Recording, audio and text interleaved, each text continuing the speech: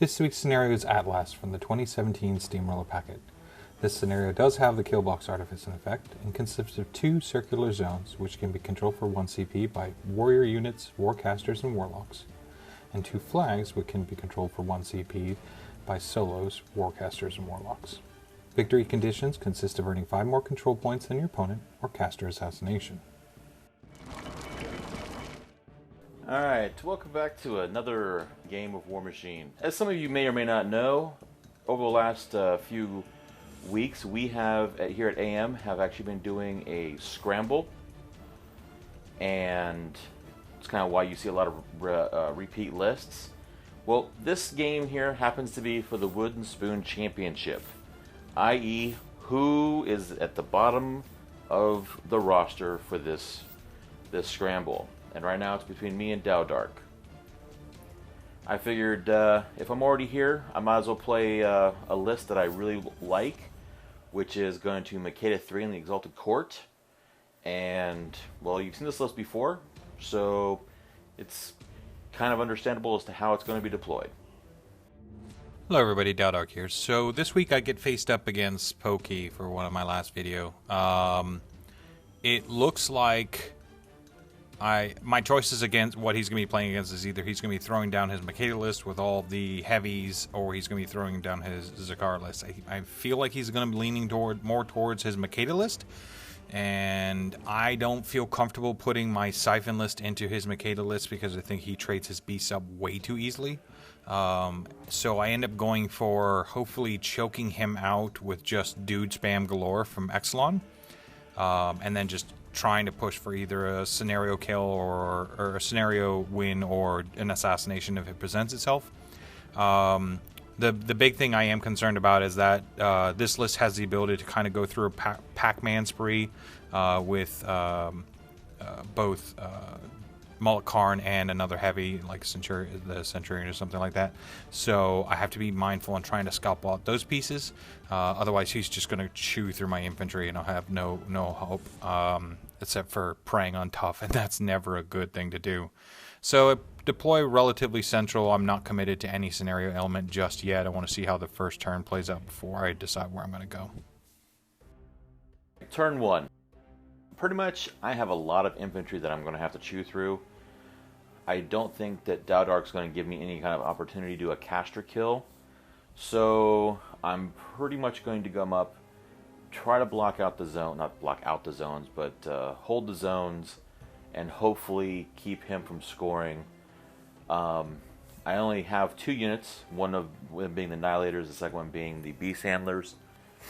So kind of lacking on this for that, but that should be still fine because as long as I can keep the pressure on, I should be able to not lose via scenario.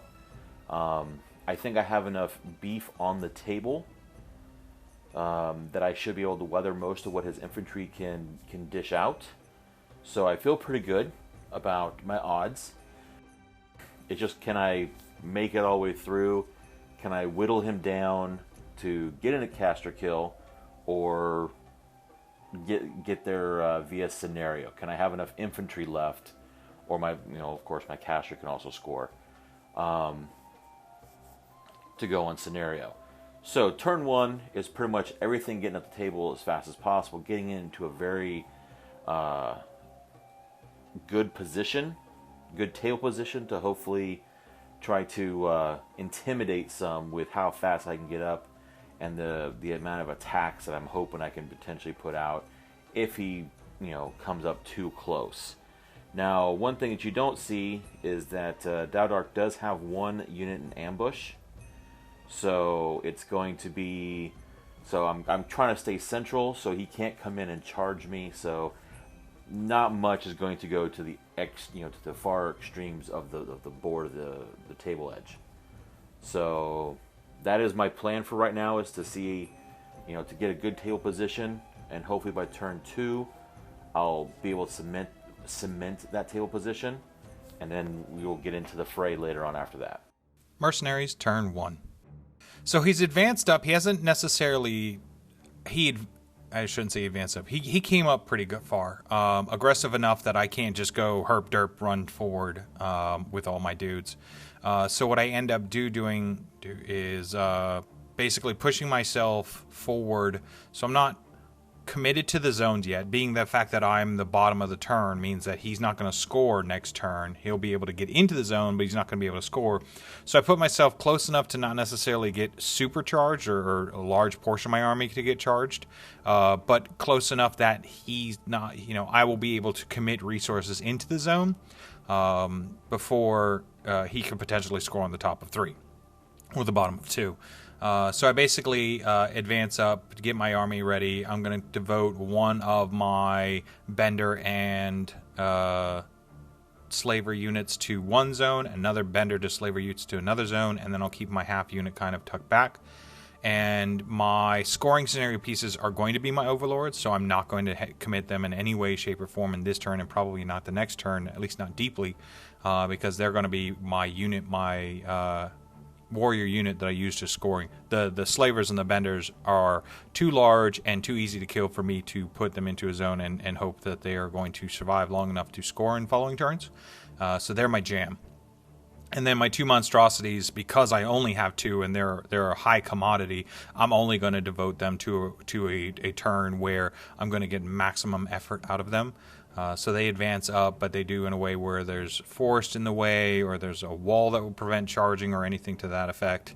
And then I just kind of, my overlords, my agitators, and everybody else just kind of goes up and pokes in the back to fuel them up for focus for following turns. One of the things about monstrosities that I love the most is simple, anatomical gives them a focus. Okay, Taodark advanced a little on the precautious side, which I was kind of hoping he would have been a little reckless and came up full bore at me, but he stayed out of most of my threat ranges, which kind of sucks. So now I'm trying to measure out to see, if I take the Savage in there, can the Savage actually get into melee range, kind of lock down that one side to keep Taodark's infantry, or a good portion of the infantry anyways, out of the zone. Unfortunately, he does have a lot of infantry, so even if I can bog down that front line, the front line could potentially come around the side of me. So it's kind of a gamble as to how it's going to kind of work out. And it's kind of the same thing on both sides, because I have a Savage on both sides, about the same location, and he advanced up in pretty much an even line. So it's difficult, because unfortunately Makeda doesn't have a huge control area, so for her to be able to work it for both sides, I'm really going to have to get figure out which zone do I want to focus on and move from there. So I think I'm just going to kind of not worry so much about the top zone and do a little bit more focus on the bottom zone for now, by backing up the Savage and hopefully getting a little bit of protection there. So I took the Gladiator, keeping him in more of a support role, kept him back, had him come forward, put up Rush on the Sentry, so the Sentry could come up, tow the zone, also get into the woods a little bit, kind of help block the line of sight some to his monstrosities, and then put up Henri, or however you want to pronounce it. And then I'm going to take the Nihilators, because I couldn't get up, I knew they couldn't get too far. Move them into more of a defensive position with the one sacrificial lamb. The nice thing about the Nihilators, they do happen to have the 2-inch melee, so that's kind of a 4, 5.25 or so inch wide zone of you cannot pass by me without the potential of a free strike. And it's only one of them, so if he happens to pass, then he happens to pass. If it kind of, hopefully it works as a deterrent. And then activating my caster, and then basically it's going to, I gave her the gave after casting spells, they took the run charge order, and I charged with the one Guardian, and then the other two ran up into position. Mercenaries, turn 2. I see something tasty. I have no idea if it's a good idea. It probably isn't a good idea, but I see an opportunity where I might be able to take Molik Karn out of the table, and I want to go after it for a couple of reasons. One, removing Molik Karn means that my caster has less concerns about him potentially sidestep, Pac-Man through to get to my caster and kill my caster. Exulon is horribly weak to any form of melee whatsoever. Simple infantry has a chance of killing him if they can get past his defense in most cases. He's got such low hit points, and though he has defense 14, it's not going to keep him alive for very long. But the opportunity presents itself where I might be able to run a monstrosity into the zone, or into the forest that's in front of me. Because we've lost the ability to see through forests, I can't necessarily see him, but if I run a monstrosity forward, get within 3 so I can see him, arc through him to get a rampager. Since he's a war beast, I can rampager him out of the zone, that I can turn around and potentially get a TK off of him as well. Then I can turn him, or rampager him, turn him around. If I need to, I can TK him again even more. So if I need to, I can actually feat to drag him forward. I wouldn't be necessarily opposed to spending my feat on killing Molik Karn, but the way that he's positioned right now, he's got a flag kind of sitting in his back left arc. He's got the force, which is, he doesn't have Pathfinder innately, so it slows him down. So the rampager is affected by all these things. And I have to kind of figure out a way of getting him through and out. And there was a little bit of discussion on, can you rampage or can you advance through a flag, but do so where you basically enter into the flag and then quarter turn to get out of the flag in the process. We didn't see anything necessarily in the rules that said you couldn't, merely just that you couldn't end on the flag. So it's almost, the movement phase, you just treat like the flag's not there. So that's what we went with, just as our own kind of ruling for the game, and in furthest, we haven't necessarily seen anything. If anybody has a rule that says otherwise, feel free to post and let us know. But basically, I do end up committing to it. I basically one of my monstrosities is completely fueled up, and the other one is. One of the things that I did contemplate about this term that was a bit of a nerve for me is I have to put both of my monstrosities into this effort. So I'm going to be trading up both monstrosities for the sake of killing Molik Karn. Even now, I'm still not sure if that necessarily was the right thing to do. Without my monstrosities, I'm not incapable of killing heavies, because I can Adrenal Flood my slavers and in turn be able to get really high mat and really high damage out of them. But not having my monstrosities makes it super difficult for me to commit to just sending one resource to kill my heavies. But again, killing Molik Karn has a lot of advantages to it. Makes my caster a little safer. His ability to Pac-Man through my army becomes that much more reduced. He loses Fate Walker for his caster moves. I mean, there's a lot of things that Molik Karn provides this list, and the ability to take him out seems really important, so I end up going for it. So we've rampaged through. He rampages, he advances, he turns around. He wasn't in reach of swinging in anything. It would have been nice, but yeah, whatever. I don't have to feat, which is great. We measured out. I did have to TK, but I TK'd my monstrosity to get him past the wall.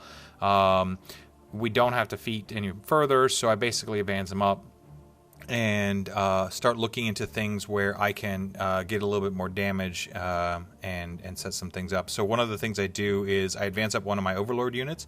Because they don't require line of sight due to the spray, I end up spraying.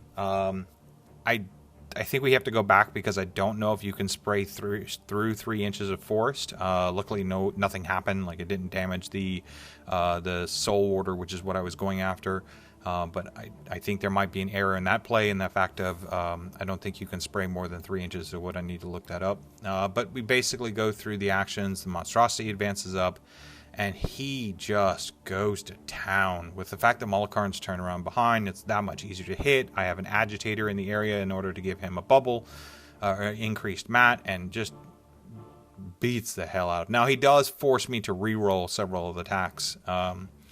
but I still managed to get through. So with Molik Karn out of the way, or once he's dead, I should say. With Molik Karn out of the way, one of the things I'm going to have to do, obviously, is commit to the zones, so that I don't necessarily just lose on scenario by not committing anything into the zone. There's, down at the bottom, there is one, I believe it's Annihilator that's in the zone.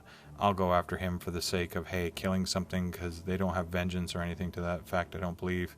And then it just kind of advanced through. The benders and everything are going to... now I remember. The monstrosity got Molik Karn down to 3 boxes left on his, and that's because of the rerolls and everything. So I do have to commit benders to it, and this is where I go through and set up the adrenal floods, so that 3 of my guys get adrenal floods. They advance past the wall. Now they're really high up on adrenal, and run in, and then they end up going to town on him just to finish out those last 3. The rest of the unit ends up advancing into the zone just for the sake of, or running into the zone, I'm sorry, in the sake of making sure that I don't lose on scenario in that piece. And then I just advance up the benders and follow as a counter to when my opponent comes in for those zones. Benders can do work. They don't have the CMA that slavers do. But the ability to, if something's really high defense or something like that, to be able to just concoction pulse to auto hit, or the fact that they have the ability to do sprays just like the Overlords in a lot of ways, that they can get a lot of infantry kill done there. And you can still adrenal flood a bender, and it will get some work done just at 1 pound less. So on this side, we're going to go ahead and advance up. I put a bender unit into the zone. This is in part because I have concerns over him just wiping out this slaver unit that I throw into the zone. I charge those guys in, the rest of them run. I put a couple people towing the zone, so at the back end. But basically what I'm looking at is if I give him the 3 slavers, sorry, not benders, slavers that I put into the zone after his Annihilator, and then I turn around and the ones in the back, maybe he won't go after the bender unit. We'll have to see. Alright, losing Molik Karn was not good. I actually thought I'm in a pretty good position. Was not anticipating losing him like that. So that's kind of a... I thought, like I said, I thought I had him in a good spot, good safe spot. But that wasn't quite the case. So yeah, now I'm gonna have to figure out what to do without a Molik Karn in the swing of things. So starting with the Extoller. Extoller moves over out of the way and takes a shot at one of the monstrosities using a soul to boost, and then with their high strength plus the 6 from the strength of the weapon, I'm able to inflict some damage on the first monstrosity that I could barely see in the woods, which, hooray for the Extoller. He gets to actually do what he's supposed to do. The Gladiator, I had him move up. Once again, the Gladiator is only here more as a speed support for the beasts, basically a rush bot, and so I'm keeping him back. I can transfer to him. He can put up rush. I can put up rush. It works out kind of nice. I'm not running him forward, just willy-nilly going to throw him away. Unfortunately, what I did with Molik Karn. So he advanced forward, put up rush on the Sentry, and then the Brute activates, and then moves forward and starts swinging on the little dudes. I don't know what they're called. The little, whatever those guys are. Nice thing is the tree got put in the way. Not nice. The tree got put in the way, but with the tree being in the way, you can't see that I'm actually in the back arc of some of the models. So I'm actually swinging on some of the models that I'm in the back arc of, so I can hopefully kill them and get them out of my way. Because I'm hoping to bring a Sentry over and take out one, if not both, monstrosities. So activate the Willbreaker next. He puts up Puppet Master, and then I activate Makeda, and she is going to advance charge into the one monstrosity. She should have enough distance. So the hope is that I can take out both monstrosities this turn, leaving me in a very good position that he won't be able to retaliate too much with any of his infantry, because hopefully a lot of them will be dead. And then he won't have any of his monstrosities to bring forward and do a lot of damage to me. So Makeda charges in, puts up Vortex of Destruction. The one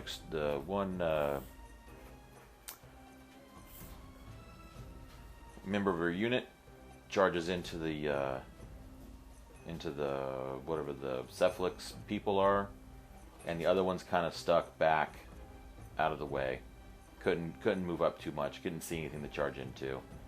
But is able to kill. And and by the way, Makeda did pop her feet, so that's up. Oh, I'm sorry. The other member of the unit did actually charge some of the members that didn't die. So now Makeda is pretty much pulling the fury, adding fury to herself to add, so she could hopefully do more damage to the monstrosities that were charged. But she charged with Vortex of Destruction up, so she's basically getting auto boosted damage rolls. And the one member did move up, did take a free strike, took a few points of damage, so that caused Battle Driven to come up. And Makeda was able to just kind of, as you can see, remove the one monstrosity that was there in front, that was unhurt. Well, the one in back that was unhurt, and then she was able to finish off the damaged one that the Extoller shot. And then she's just going to start swinging, and she swung on those guys, and now she has to figure out, because she does have Blood Boon, so she has the ability to cast a spell of 3 or less after killing a model. And so a lot of Taodark's stuff has stealth. Basically what I'm trying to do now is I'm just trying to get it to where I can kill at least one model and move Makeda back 2 inches. So I'm just trying to figure out who's going to be the target here. So she spends 1 to boost, because the spell itself is not boosted. But she does cast the spell, and it goes off, and now she boosts the damage, because, like I said, needs to kill at least 1. So backs up, hopefully into some safety. I still have the Sentry that can come over and hopefully block the path of anybody that's coming in. And I also still have both brutes, both savages that can come in, as well as the beast handlers. So I'm measuring for the one savage now who is charging for free because of prodding from the beast handler, and charges in, kills off a beast handler, and gives not the beast handler, but kills off one of the dudes, and is able to give Makeda back a transfer. Because, as you saw, no white pebbles, she had nothing left for transfers. So, I move the tree out of the way so I can see where the Sentry is. The Sentry ends up trampling. Swinging for trampling, then he buys his attack. And he's actually the one that got Spell Master on him. So, I'm boosting the attack roll because I want to make sure I hit them. I do get enough damage to kill it off. And then I remove the Fury, add the Fury back to buy another attack, and pretty much leave the Sentry up there. Now the Sentry also, having 2-inch melee, is going to be really nice because, well, it's going to be the base is 2, so 6-inch wide, zone. Then the Savage advances, it charges up, it swings, it kills, and it just kind of tries to clear off some of those guys down that are in the way. So, as you can see, Makeda's now sitting on 2 transfers, and there's nothing near the Savage for the Savage to swing on, so he's just sitting on the 1 with no purchases. Now the Nihilators activate. They do take the charge order, run charge, whatever it's called. And I have to make sure that they advance in just the right way, because if they charge the wrong way, they can start swinging on each other. So I have to make sure that it all works out, because of they have Berserk, so they can swing on each other. So all in all, I think this is going to be a really interesting turn for me. I'm hoping that I can keep enough stuff of his back, and see how it all works out. The Nihilators do what they can to try and kill off as much of the Cephalyx infantry, and now it's just a matter of seeing what kind of retaliation I'm going to get. Mercenaries turn 3. So as I expected, I lost my monstrosities. Not too terribly thrilled about that, and like I mentioned in the prior one, I still don't know if that necessarily was a smart move or if I should have done something differently. But something else has presented itself. My opponent scored a point because the Soulward I tried to go after last turn was still there, and he was sitting on the flag. And now that my monstrosity wasn't there anymore, I could turn around. He could score. So the scoring scenario has presented itself. I think I have the circle zones relatively on lockdown. I'll be able to contest them, but that flag will just start gaining up quickly. And the fact that he's got his Sentry there prevents me from scoring on mine to counterpoint. So he's already on the path to victory due to a scenario win. But Makeda's close. It's almost like a repeat of the Molik Karn scenario, where she's close enough that I might be able to actually pull off a TK turnaround to reduce her defense, and then every single Overlord I have, I think there's 9 or 8 of them on the table right now that could get at her, and then every I'm sorry, there's 7 that can get at her, and then I can get 3 more sprays off of the Bender unit, and then another gunshot off of I'm sorry, not a gunshot. I can use Rampager to grab the Sentry and have the Sentry punch Makeda, having Agitators go up and instigate on the her bodyguard that's with her. And between those two with the bodyguard, the Sentry, that's 3 plus another 9 sprays, I felt confident I would be able to kill her. It's like death of 1,000 cuts. And with the fact that I can TK turn her around, that makes it even more so that I can reduce the defense and increase the ability of me hitting her, because her defense is probably one of the stronger things that hurts me. So we go in and we start setting things up for couple stabs in the upper zone. I believe I was going after. I turn around and hit the Rampager with her, or with the Sentry. Gets him out of range of my Overlord units, and actually turns him around, so now he is truly facing the right way and not via Skorne charge. He advances up, he goes for a swing on her, and misses. Balls. So we end up looking into what else we can throw at her from a perspective of what other attacks and everything I can do. I believe right now I'm rolling instigate off of one of the Agitators to get another swing in her, and now we're going to start advancing up the Overlords for the purposes of getting some work done there, more sprays. So we're targeting, basically, with the no line of sight, I can roll through targeting her or the bodyguard or the Sentry in order to draw whatever line of sight I need in order to hit her. We go through, and you'll see Pokey is setting down dice next to both Makeda and to the Sentry. These are the times. We're basically rolling through the hits and then rolling through the damage, just to make tracking damage taken easier with the amount of sprays that we're doing. Obviously, I'm not going to get any major damage done on the Sentry with the PAL 12s. Even with him turned around, it's not enough. It's not going to do anything. So we get 1 damage spike in with, I believe it was like 3 damage or 4 damage. This is going to be shortly followed up with a less than great spike. Basically what ends up happening is I roll and I don't break her armor at all on the second one. The third one I do roll and I get like 1 point of damage or 2 points of damage. It's what I thought was going to be a scenario of I'm going to go in and do 1 to 2 points of damage on her with every single spray, plus the instigates and the agitates and everything else that we can pull off. This will be great. I'll be able to get a ton of work done.